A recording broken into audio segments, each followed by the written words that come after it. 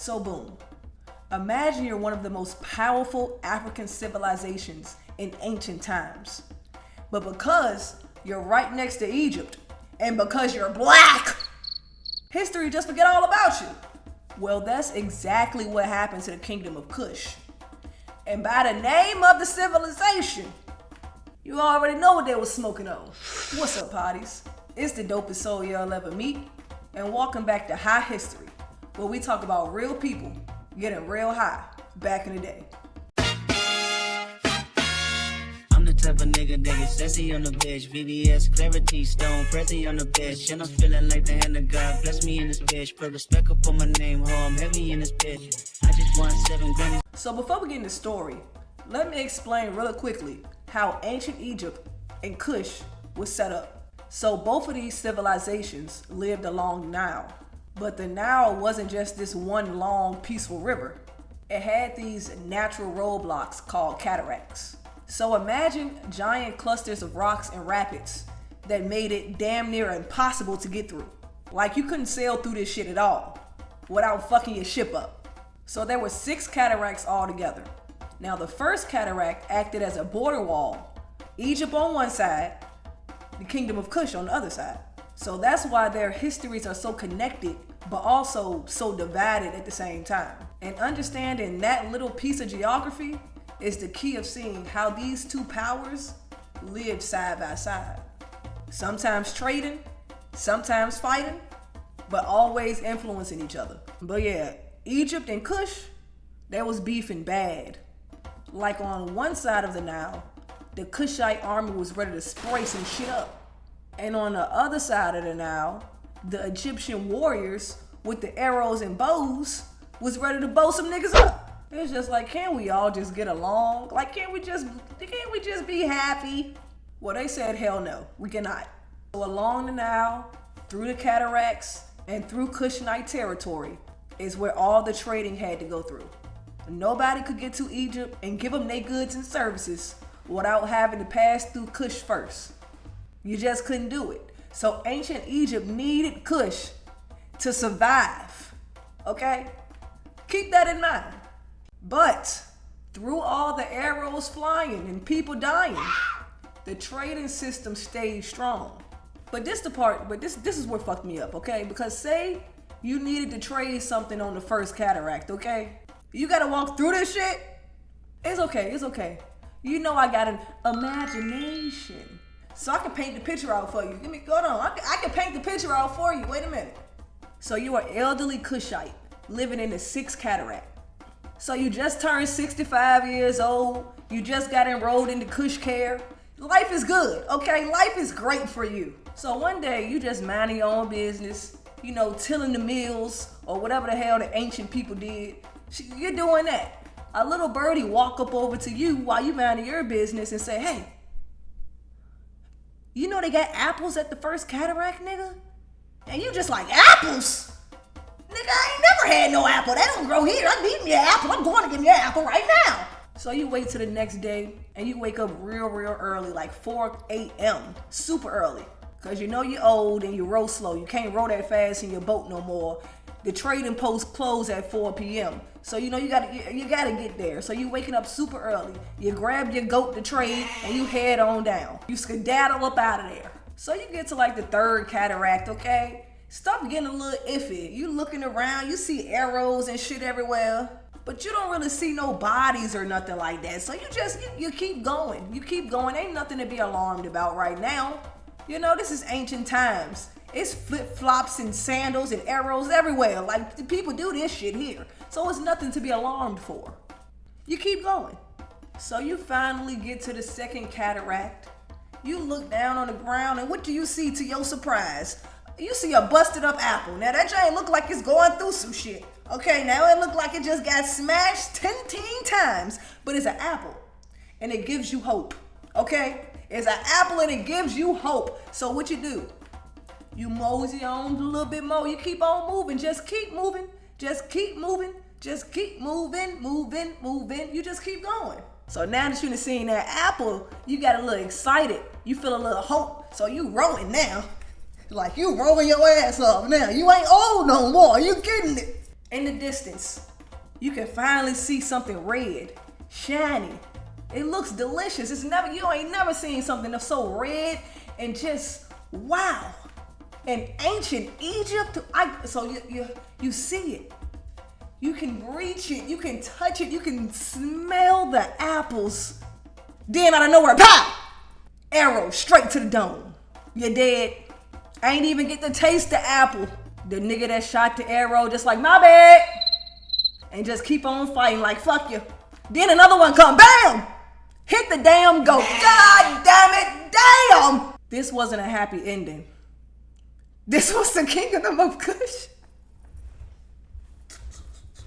No, but for real, the fact that they were beefing ain't make no sense at all. Like, what the fuck is you fighting for? So I'll tell you what they was fighting for.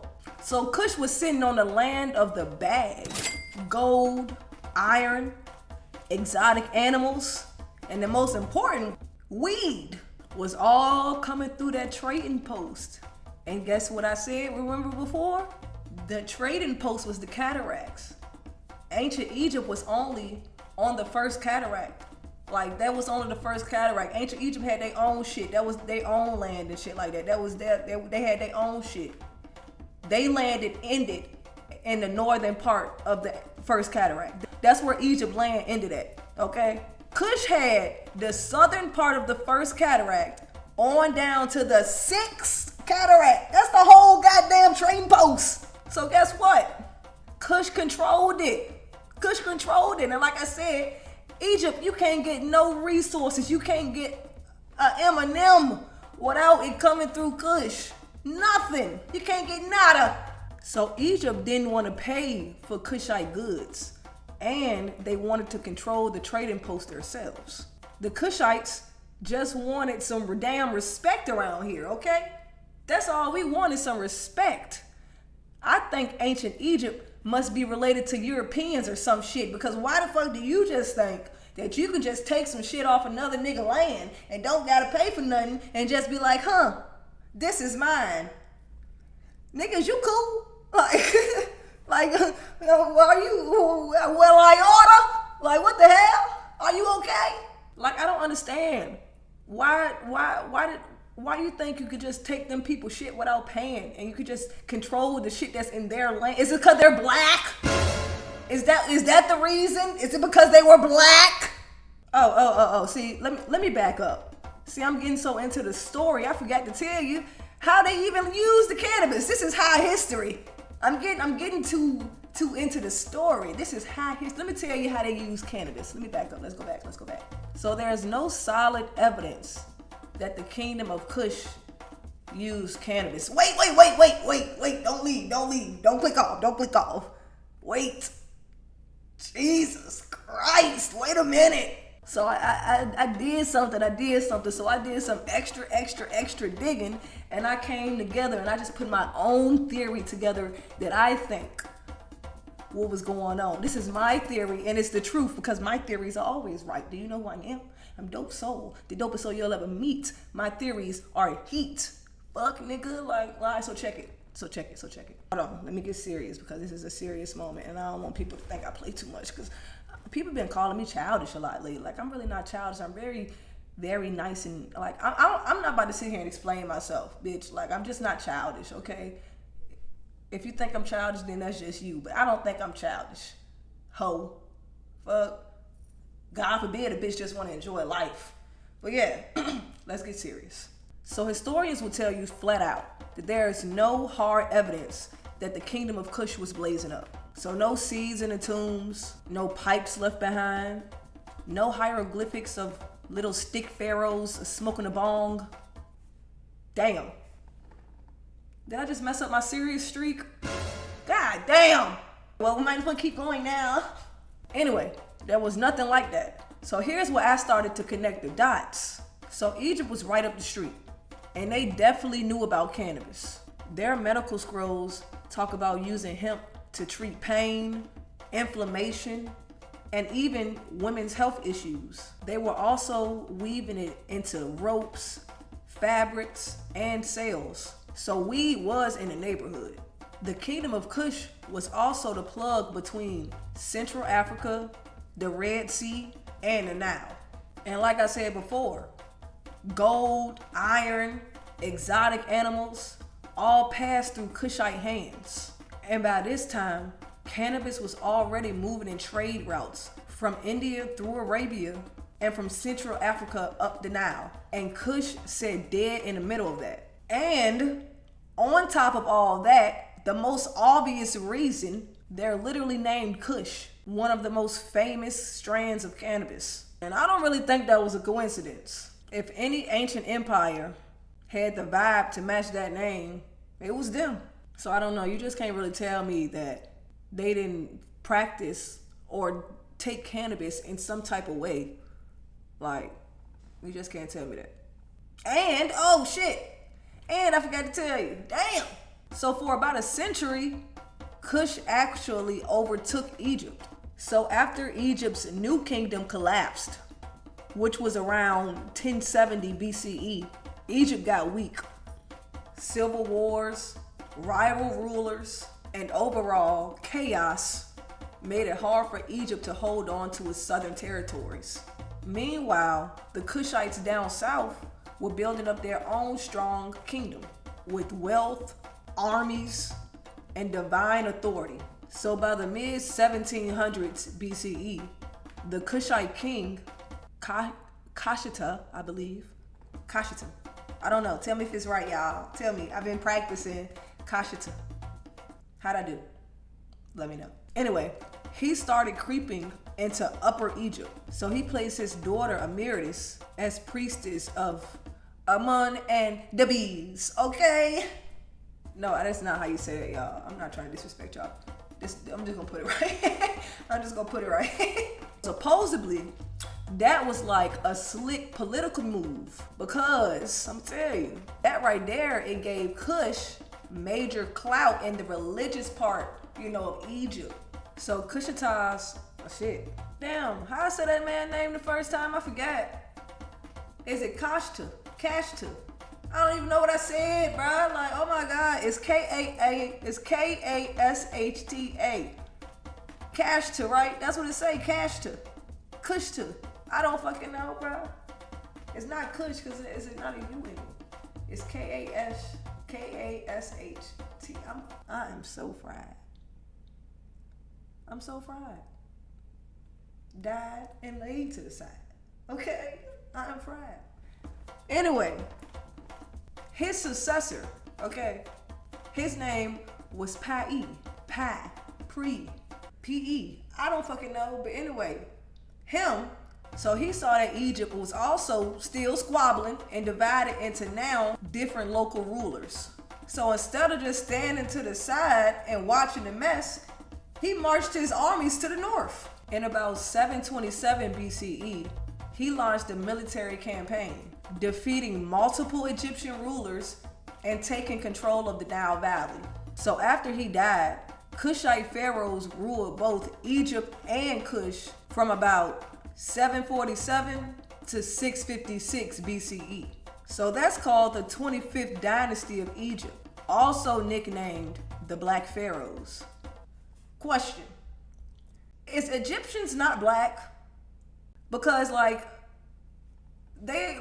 I was researching this story, they was emphasizing that the kingdom of Kush were specifically black people or black pharaohs and stuff like that. That's what made it kind of like so special, because it was like there are black people, or there, there's Egyptians and I mean not Egyptians, there's pharaohs and priestess and shit like that. So that's what the whole that's what the focus of. So I'm trying to figure out was Egyptians not black? Because ain't Egypt in Africa? Y'all not getting burnt up by the sun? It's hot over there. Y'all, I know it's ooh, I'm not trying to sound no type of way when I say this, I promise. And wouldn't the white people combust into flames and crack up, burn up, look like the lady in the wheelchair from SpongeBob?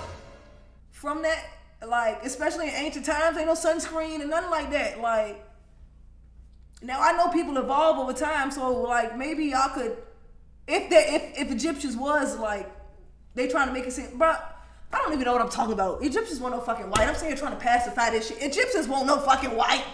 The hell? What am I talking about?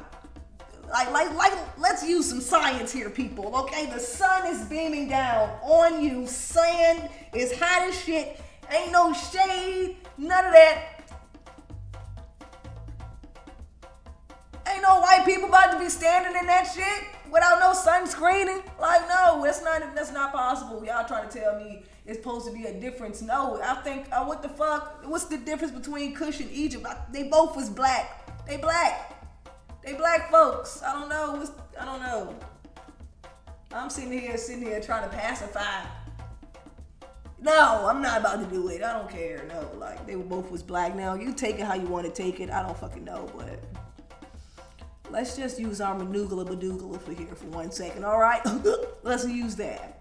So the Kushites, they rebuilt temples, they revived pyramids, and just brought back that old school Egyptian vibe. So eventually, the Assyrians, I think that's how you say it, I'm gonna put it right here, y'all know. The Assyrians, they rolled in around 761 BCE. They smashed Egypt and they pushed Kushites back into the southern territories.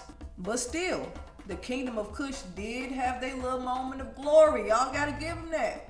And it was for almost a century too. That's 100 years. They was doing the damn thing, bro. Like what? They couldn't nobody talk to them. Could nobody do nothing to them. But the Lord himself, they was stepping on everybody. So even though Kush took over Egypt, still a lot of the practices that they were doing came from Egyptians, which ties into my theory on why I think Kush was using that Kush. Ancient Egypt had one of the richest documented histories of cannabis usage in the ancient world. It was used for sore eyes. I don't know. That's what it said. It said it was used for sore eyes. It usually gives me sore eyes if I smoke too much of it. Like, what the fuck? My eyes be low as hell. My like eyelashes be in my eyes or something like that. Like they be curled this way. You know, you could be born like that. You could be born with your eyelashes curled like that. Like, how wicked and scary is that? Like, what the fuck? Oh my God. But it cures your sore eyes, inflammation, hemorrhoids, and like I said before, it also played a big part of women's health issues. So in Egypt, cannabis mixed with honey was often used for a pain reliever for cramps. It was also used as an aid during childbirth. And on the spiritual side, cannabis was burned in temples to create a psychoactive or calming effect. Some scholars even suggest that cannabis was a part of ritual offerings to the gods, especially healing deities. So here's my theory, flat out. The kingdom of Kush didn't just trade cannabis. They used it in medicine, in rituals, and maybe in even celebrations. So imagine a Kushite king, posted up, crown cocked to the side, sipping on a little wine, imported straight from Egypt. We got the priest in the corner, rolling up, about to hit that Kushite Kush blunt, and it's all in a temple as an offering to gods. Now that's the kind of history the textbooks won't teach you, but it makes sense to me. And when it makes sense to me, it makes sense to we. No, I'm just playing. You make your own decisions. I'm just kidding. I'm not one of those. Just don't come over here getting too crazy now. You can have your own opinions, but let's not get too crazy because I know how to find out where you live. Anyway, that right there, potties, is the story of cannabis in the kingdom of Kush in Egypt. Well, my story, how I see it and how I perceive it.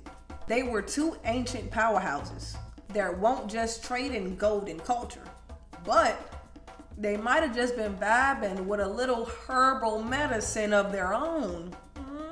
Whether it was the kingdom of Kush using it in spiritual rituals, or Egypt mixing it into remedies for pain and vision problems, one thing is clear. This plant has always had roots deeper than what most people realize. But before we dip, let me just say this. History doesn't just stop with fun stories of gods, kings, and pharaohs. Sometimes it takes a darker turn. And that's exactly where we're going next. Because as cannabis was seen as a medicine and sacred in so many cultures, in later centuries, people in power twisted other substances for control. On the next episode of High History, we're talking about something that schools definitely skipped over.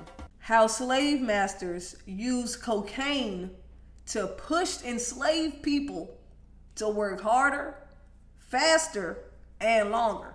It's a fucked up part of history, yes, but it connects to the bigger picture of how substances, natural or man-made, has been used to either heal or harm. So hit that like button and make sure you drop a comment on what you think about Kush and Egypt's high history. Make sure you subscribe so you don't miss the next one. Cause trust me, it's gonna be eye-opening and kinda heavy, but it's knowledge we all deserve to know. So you already know what I'm about to say.